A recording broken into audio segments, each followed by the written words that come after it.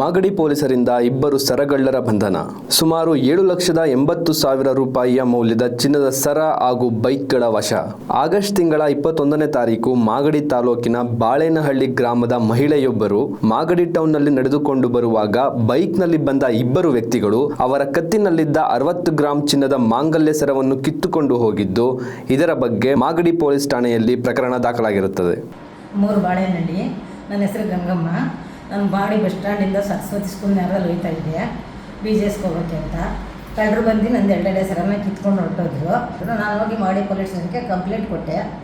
ಅವರು ಕಂಪ್ಲೇಂಟಲ್ಲಿ ಹುಡುಕಿ ಅವ್ರನ್ನ ಯಾರೋ ಇದ್ರಂತೆ, ಅರಸೀಕೆರೆಯರಂತೆ ಕಳ್ಳರು. ನನಗೆ ಆ ಚೈನ ಹುಡುಕಿ ನನ್ನ ಚೈನ್ ನನಗೆ ಕೊಡಿಸಿದ್ದಾರೆ.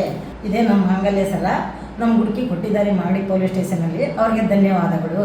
ಈ ಪ್ರಕರಣದ ಆರೋಪಿಗಳ ಪತ್ತೆಗೆ ನೇಮಿಸಿದ್ದ ಮಾಗಡಿ ಪೊಲೀಸ್ ಠಾಣಾ ತಂಡವು ಮಾರುತಿ KP ಹಾಗೂ ಸುಹೇಬ್ ಎಂಬ ಇಬ್ಬರನ್ನು ಬಂಧಿಸಿದ್ದು, ಇವರಿಬ್ಬರು ಹಾಸನ ಜಿಲ್ಲೆಯ ಅರಸೀಕೆರೆಯವರಾಗಿರುತ್ತಾರೆ. ಈ ಇಬ್ಬರಿಂದ ಒಟ್ಟು 75 ಗ್ರಾಂ ತೂಕದ ಚಿನ್ನ, 3 ದ್ವಿಚಕ್ರ ವಾಹನಗಳನ್ನು ವಶಪಡಿಸಿಕೊಳ್ಳಲಾಗಿದೆ. ಇವರಿಂದ ವಶಪಡಿಸಿಕೊಂಡಿರುವ ವಸ್ತುಗಳ ಮೌಲ್ಯ ಸುಮಾರು 7,80,000 ರೂಪಾಯಿಗಳಷ್ಟು. ಆರೋಪಿ ಮತ್ತು ಮಾಲನ್ನು ಪತ್ತೆ ಮಾಡುವ ಬಗ್ಗೆ ರಾಮನಗರ ಜಿಲ್ಲೆಯ ಪೊಲೀಸ್ ಅಧೀಕ್ಷಕರಾದ ಶ್ರೀ ಕಾರ್ತಿಕ್ ರೆಡ್ಡಿ IPS ರವರ ಮಾರ್ಗದರ್ಶನದಲ್ಲಿ ಮಾಗಡಿ ಪೊಲೀಸ್ ತಂಡವು ಕಾರ್ಯಾಚರಣೆಯನ್ನು ನಡೆಸಿ ಆರೋಪಿ ಮತ್ತು ಮಾಲನ್ನು ವಶಪಡಿಸಿಕೊಳ್ಳುವಲ್ಲಿ ಯಶಸ್ವಿಯಾಗಿದ್ದಾರೆ. ರಾಮನಗರ ಜಿಲ್ಲಾ ಪೊಲೀಸ್ ಅಧೀಕ್ಷಕರಾದ ಕಾರ್ತಿಕ್ ರೆಡ್ಡಿಯವರು ಸಿಬ್ಬಂದಿಗಳ ಈ ಕಾರ್ಯವನ್ನು ಶ್ಲಾಘಿಸಿದ್ದಾರೆ.